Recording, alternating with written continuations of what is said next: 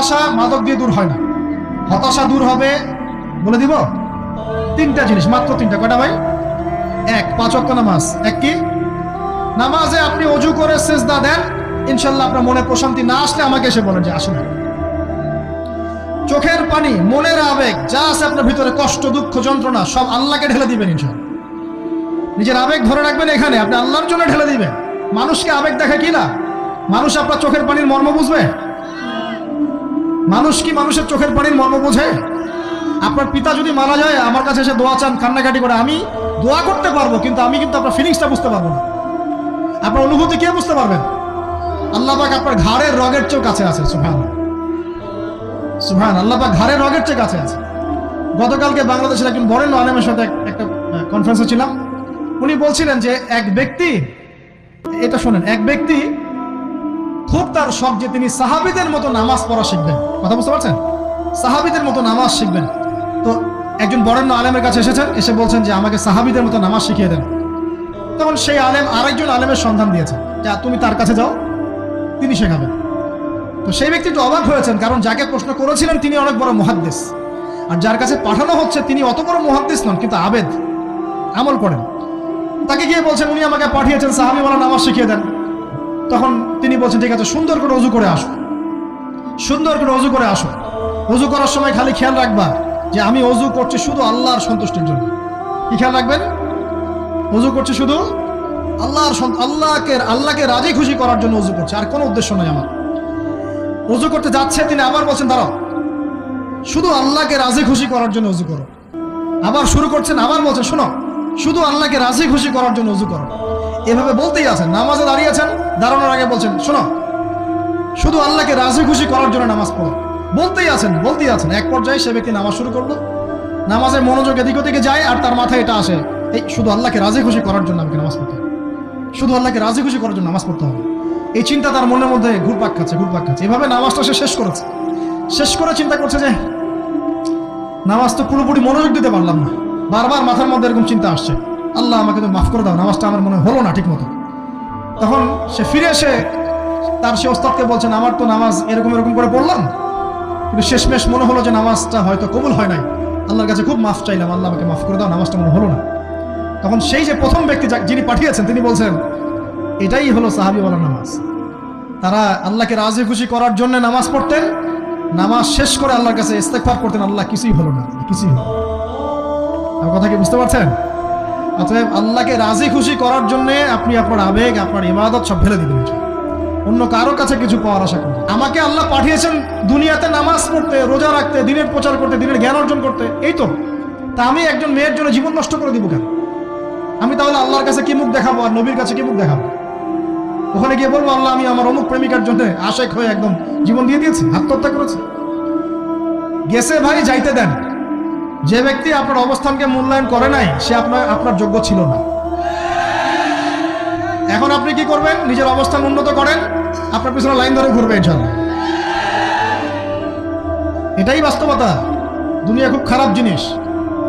মানুষের অবস্থানকে মূল্যায়ন করে, মানুষের অবস্থানকে মূল্যায়ন করে, কিন্তু আল্লাহ রাব্বুল আলামিন আপনাকে সর্বাবস্থায় ভালোবাসেন। আলহামদুলিল্লাহ। এই যে আমরা এখন অনেক পাপ করছি না, আল্লাহ কি আমাদেরকে আযাব দিয়ে ধ্বংস করে দিয়েছেন?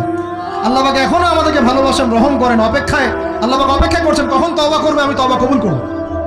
এই কখন আমার বান্দা খালি একবার বলে আস্তাগফিরুল্লাহ, আল্লাহ পাক সাথে সাথে মাফ করে দিবেন।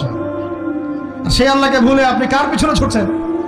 আমরা কিন্তু নিয়াত করতে পারি ভাই যে আমরা যারা ওয়াজ শুনলাম জীবনে কোনোদিন সিগারেটে হাত দিব না ইনশাআল্লাহ। রাজি আছি ভাই? অন্য বড় বড় জিনিস তো বহুত দূরের কথা। আচ্ছা, অনেকে রাজি হয় নাই কেন? আপনারা কি অলরেডি আসক্ত? আমি অনেক ভাইকে দেখেছি মাশাআল্লাহ ইফতার খুলেই একদম বেনসন টানা শুরু করে। হ্যাঁ, এটা যে হারাম আপনাদের কেউ ওয়াজ করে শোনায় নাই? এটাকে কি মনে করেন আপনারা, হারাম না হালাল? কেউ বলেছে মাকরু, নাকি মাকরু ফতোয়া দিয়েছে? মাকরু শব্দের অর্থ জানেন আপনি? মাকরু শব্দের অর্থ কি শোনেন। সূরা বনী ইসরাইল খুলবেন। কোন সূরা? সূরা বনী ইসরাইল। আল্লাহ পাক বলছেন আমি বনু ইসরাইলকে এই কাজগুলো করতে নিষেধ করেছি। কোন কাজ? জেনা করো না, জেনার ধার কাছে যেও না, এতিমের মাল আত্মসাৎ করো না, শিরিক করো না ইত্যাদি। যারা আলেম আছেন তারা আমার কথা বুঝবেন। এই কাজগুলোর পরে আল্লাহ পাক বলছেন যে এই প্রত্যেকটা কাজ আল্লাহর কাছে মাকরুহ, অপছন্দের। কিসের? অপছন্দ। তাহলে এটাকে আপনি সহজ মনে করছেন? নিয়াত করি আল্লাহ পাকের সন্তুষ্টির জন্য আমরা কোনোদিনও মাদকের সাথে সম্পৃক্ত হব না ইনশাআল্লাহ। আর বিশ্বাস করেন, শুধুমাত্র মাদকদ্রব্য নিয়ন্ত্রণ অধিদপ্তর এই আইন কানুন এগুলো দিয়ে, জরিমানা দিয়ে মানুষকে মাদক ছাড়ানো যাচ্ছে না, যাবে না। কেন যাবে না এটা আপনারা খুব ভালো করেই জানেন, আমি বলতে চাচ্ছি না। অনেক সময় মাদক বিরোধী কনসার্ট করে মানুষ, মাদক বিরোধী কনসার্টে ওঠার আগে এক বোতল ডাইল খেয়ে আসে আগে। এগুলো কি বাস্তব কথা বলছি না অবাস্তব কথা বলছি? আমাদের যুবক ভাইরা কোশ্চিনকালেও মাদকের ধার কাছে যাবেন না ইনশাআল্লাহ। একটা হাদিস খালি মনে রাখেন, এই হাদিসটা মনে রাখেন। নবী সাল্লাল্লাহু আলাইহি ওয়াসাল্লাম বলেছেন, কেউ যদি মাদকদ্রব্য সেবন করে তার 40 দিনের নামাজ কবুল হবে না। সিগারেট একটা খেয়েছি, 40 দিন নামাজ নাই। এরপর যদি সে তওবা করে আল্লাহ মাফ করে দিবে। আবার যদি মাদক খায় আবার 40 দিন কবুল হবে না। যদি আবার তওবা করে আল্লাহ মাফ করে দিবে। আবারও যদি খায় আবারও 40 দিন কবুল হবে না। আবারও তওবা করলে আল্লাহ আবার মাফ করে দিবে। চতুর্থবার সে যদি মাদক খায়, আল্লাহ রাসূল সাল্লাল্লাহু আলাইহি ওয়াসাল্লাম বলেন, আল্লাহ পাক কিয়ামতের মাঠে তাকে তিনাতুল খাবাল পান করাবেন। কি পান করাবেন? তিনাতুল খাবাল। সাহাবীরা বললেন, ইয়া রাসূলুল্লাহ, এটা কি? তিনাতুল খাবাল কি? নবী সাল্লাল্লাহু আলাইহি ওয়াসাল্লাম বলেন, এটা হচ্ছে জাহান্নামীদেরকে আযাব দেওয়ার পর তাদের রক্ত মাংসের যে পুঁজ বের হবে, এই যে ড্রিঙ্কস, জাহান্নামের হার্ড ড্রিঙ্কস, এই ড্রিঙ্কসের নাম হলো তিনাতুল খাবাল। আল্লাহ পাক আমাদের সবাইকে মাদক থেকে বাঁচিয়ে রাখুন। কল হচ্ছে কোরআন তেলাওয়াত। যে ব্যক্তি কোরআন তেলাওয়াত করতে পারে নিয়মিত, তার মনের মধ্যে এই হতাশা, এই ভীরুতা, এই কাপুরুষতা কিচ্ছু আসবে না ইনশাআল্লাহ। আমি গ্যারান্টি দিচ্ছি আপনাকে, হতাশা আসবেই না আপনার মনে যদি আপনি কোরআন বুঝতে পারেন। কোরআনের একটা আয়াত নিয়ে কোনো সময় দেখা যায় 2-3 ঘন্টা সময় পার হয়ে যাচ্ছে, আয়াতটা ছেড়ে সামনে যেতে পারছি না। কোরআনের ভিতরে ঢুকলে আপনি দুনিয়ায় ভুলে যাবেন কি হচ্ছে আশপাশে। আমি এমন অনেক আলেমকে দেখেছি যে একটা বই, পাতলা একটা বই, আরবি বই নিয়ে পড়া শুরু করেছেন, যে ফজরের পরে জোহরের ওয়াক্ত হয়ে যাচ্ছে, বইটাই শেষ করতে পারেন না। বুঝতে পারবেন না? যখন আপনি ইলমের ভিতরে ঢুকে যাবেন, কোরআনের ভিতরে, হাদিসের ভিতরে, আপনার দুনিয়ার খেয়ালই নাই। একজন আলেম, তিনি এক রাত্রে একটা বই লিখেছিলেন, চটি বই, এক রাত্রের মধ্যে। বলা হচ্ছে, তার সম্পর্কে বলা হচ্ছে যে রাতের খাবার তাকে দেয়া হয়েছে, যে আপনি এটা খেয়ে নেন। খাবারটা পাশেই আছে, খাবারটা খাবো, এটা লিখে খাবারটা খাবো, এরকম তার চিন্তা ছিল। ফজর হয়ে গেছে, বই লিখাও শেষ, খাবার এই অবস্থায় পড়ে গেছে, ডুবে গেছেন ভিতরে, খাওয়ার মাথায় খেয়াল নাই। এরকম হয়। একজন মনীষী, বিখ্যাত মনীষী, রিয়াদুস সালেহীন কিতাবের রাইটার, সংকলক আল্লামা নববী রাহিমাহুল্লাহ, এরকম সারা রাত চলে গেছে, পাশে 2টা খেজুর, 2টা খেজুর খাওয়ারই সময় পান। হাদিস নিয়ে গবেষণা করতে রাত পার হয়ে গেছে। আমি বলতে চাচ্ছি, যখন ইলমের ভিতরে, কোরআন হাদিসের ভিতরে ঢুকে যাবেন, আপনার দুনিয়ার খেয়াল আপনার চলে যাবেন সব। এই টেনশন, হতাশা, এই সেই বাদ, তখনই আল্লাহ পাক আপনাকে তার পক্ষ থেকে রহমত দিবেন, বরকত দিবেন। আল্লাহ আপনার দুনিয়ার কাজগুলো করে দিবেন ইনশাআল্লাহ। তখন দেখবেন কেউ আপনার দুনিয়ার ওই কাজটা করে দিয়েছে, কেউ ওই কাজটা করে দিয়েছে, কেউ বাসায় খাবার পাঠিয়ে দিয়েছে, আল্লাহ পাকই এগুলো করাই দিবেন ইনশাআল্লাহ। তো প্রিয় ভাইরা, মাদকে যাবো না আল্লাহর কাছে আসবো? 2 নাম্বার কোরআন তেলাওয়াত, 3 নাম্বার আল্লাহর জিকির। 3 নাম্বার কি ভাই? আল্লাহর জিকির। চলতে ফিরতে সব সময় মুখ চলতে থাকবে, মুখ না চললেও মনে মনে মন তাজা থাকবে, মনে মনে জিকির হতে থাকবে। মনে মনে জিকির করতে পারেন? মুখ নড়বে না, কিন্তু মনে মনে আপনার একটা জিকির হতে থাকবে। সুবহানাল্লাহ, আলহামদুলিল্লাহ, লা ইলাহা ইল্লাল্লাহ, আল্লাহু আকবার। পারা যাবে? পারে। মানুষের মন কখনো চুপ করে থাকে না, কিন্তু মানুষের মন অলওয়েজ কিছু না কিছু চিন্তা করতেই থাকে, করতে থাকে না, যতক্ষণ না ঘুমায় মানুষ। তো প্রিয় ভাইরা, বেশি বেশি জিকির করব, সুবহানাল্লাহ, আলহামদুলিল্লাহ, লা ইলাহা ইল্লাল্লাহ, আল্লাহু আকবার, লা হাওলা ওয়ালা কুওয়াতা ইল্লা বিল্লাহ, এগুলো চলতে থাকবে। আল্লাহ পাক তৌফিক দান করুন। আমরা আমাদের সমাজে যুবকদেরকে এরকম টিকটকে দেখছি, অনলাইনে আসক্ত দেখছি, জেনায় আসক্ত দেখছি, পর্নোগ্রাফিতে আসক্ত দেখছি। আমরা দেখছি আমাদের যুব সমাজকে মাদকে আসক্ত, কিশোর গ্যাংয়ে আসক্ত। এইগুলো কি আমাদের কাম্য ছিল ভাই? আমাদের কাম্য ছিল? এই অবস্থায় কি যুব সমাজ আল্লাহ পাকের দিনের পতাকা হাতে নিয়ে আল্লাহর জমিনে দিন কায়েম করতে পারবে কিনা? একটু আমাকে উত্তর দেন দেখি। এখন এই অবস্থায় পারবে? অতএব অবস্থার উন্নতি করতে হবে কিনা? উন্নতির জন্য রাজি আছে কিনা ইনশাআল্লাহ?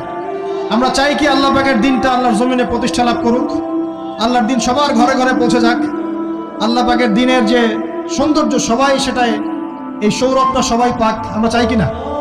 সমাজে শান্তি প্রতিষ্ঠা হোক, আবার সেই রাসূলের মতো যুগ চলে আসুক, আমরা চাই কিনা? অতএব আমাদের সবাইকে যৌবনের এই প্রলোভনগুলো থেকে বেরিয়ে এসে আল্লাহ পাকের ইবাদতে আত্মনিয়োগ করতে হবে। আল্লাহ পাক আমাদের সবাইকে তৌফিক দান করুন, বলি আমিন। আমাদের সবাইকে আল্লাহ রাব্বুল আলামিন কুরআন এবং হাদিসের গভীর জ্ঞান অর্জন করার তৌফিক দান করুন, বেশি থেকে বেশি ইবাদত করার তৌফিক দান করুন। আল্লাহ পাক সবাইকে হারাম সমস্ত রিজিক থেকে বাঁচিয়ে রাখুন, জেনা, ব্যভিচার এবং নারীর ফিতনা, মাদক থেকে আল্লাহ বাঁচিয়ে রাখুন। আল্লাহ পাক আমাদের সবাইকে হালাল রিজিক, হালাল সম্পর্ক যথেষ্ট করে দিন। আল্লাহ পাক আমাদের সবাইকে যেন দিনের দাওয়াতের মেহনত করার তৌফিক দান করেন এবং আলেম ওলামার সাথে পরামর্শ করে দিন শেখার এবং বোঝার তৌফিক দান করেন। যুবতী দিনী বোনদের জন্য, এখানে বোনরা আছেন না? আছেন কি না? দিনী বোনরা আছেন? একটা নসিহত দিনী বোনদের জন্য আমি একটা নসিহত করতে চাচ্ছি, একটা নসিহত। আমার এই একটা নসিহত একটু মন দিয়ে শুনুন প্রিয় দিনী বোন। রাসূলুল্লাহ সাল্লাল্লাহু আলাইহি ওয়াসাল্লাম আমাদের দিনী বোনদের জন্য জান্নাতে যাওয়ার একটা ফর্মুলা বলে দিয়েছেন। আমি কি বলবো সেটা? আচ্ছা, রাসূলুল্লাহ সাল্লাল্লাহু আলাইহি ওয়াসাল্লাম বলেছেন আমাদের দিনী বোনেরা, আমাদের মায়েরা, এই নারী জাতি মাত্র 4টা কাজ করলে জান্নাতের যে কোনো দরজা দিয়ে ইচ্ছা প্রবেশ করতে পারবেন। খুশি হন নাই? কয়টা কাজ? মাত্র 4টা। এক, যদি আমাদের দিনী বোনেরা 5 ওয়াক্ত নামাজটা ওয়াক্ত মতো পড়ে, আল্লাহ পাক তৌফিক দান করুন, বলি আমিন। 2 নাম্বার, যদি তারা রমাদান মাসের রোজাটাকে ঠিক মতো আদায় করতে পারে। 1 নাম্বার 5 ওয়াক্ত নামাজ ঠিকঠাক আদায় করা, 2 নাম্বার রমজান মাসের সাওম রাখা, 3 নাম্বার তাদের লজ্জাস্থানের হেফাজত করা, মানে শরঈ পর্দা মেনটেন করা, শরঈ পর্দা মেনটেন করা। এবং আমি বলে দেই, চেহারাটা আপনাদের পর্দার অন্তর্ভুক্ত। এটা নিয়ে অনেক বাকবিতণ্ডা হয় না সমাজে, চেহারা দেখানো যাবে কি যাবে না ইত্যাদি। চেহারা আপনার পর্দার অন্তর্ভুক্ত বিষয়, ফুল স্টপ। এর উপরে ফতোয়া অনেকভাবে দিচ্ছে, কিন্তু বরেণ্য উলামায়ে কেরামের কিতাবগুলো ঘাটাঘাটি করেন, তাদের ফতোয়া হচ্ছে চেহারা আপনার পর্দার অন্তর্ভুক্ত বিষয়, চেহারা ঢেকে রাখবেন, আল্লাহ পাক তৌফিক দান করুন। চোখ থাকবে খোলা, ঠিক আছে। 4 নাম্বার, স্বামীর আনুগত্য করতে হবে। স্বামীর আনুগত্য, এই যে আনুগত্য শব্দ শুনলেই মানুষের একটা মানে নেগেটিভ ধারণা তৈরি হতে পারে। স্বামীর আনুগত্য মানে কি আমি তার দাসত্ব করব?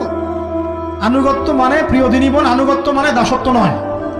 আনুগত্য মানে কোরআন সুন্নাহর যে বিধানগুলো আপনার স্বামী আপনাকে পালন করতে বলবে, আপনি সেগুলো করবেন, আপনি করতে বাধ্য।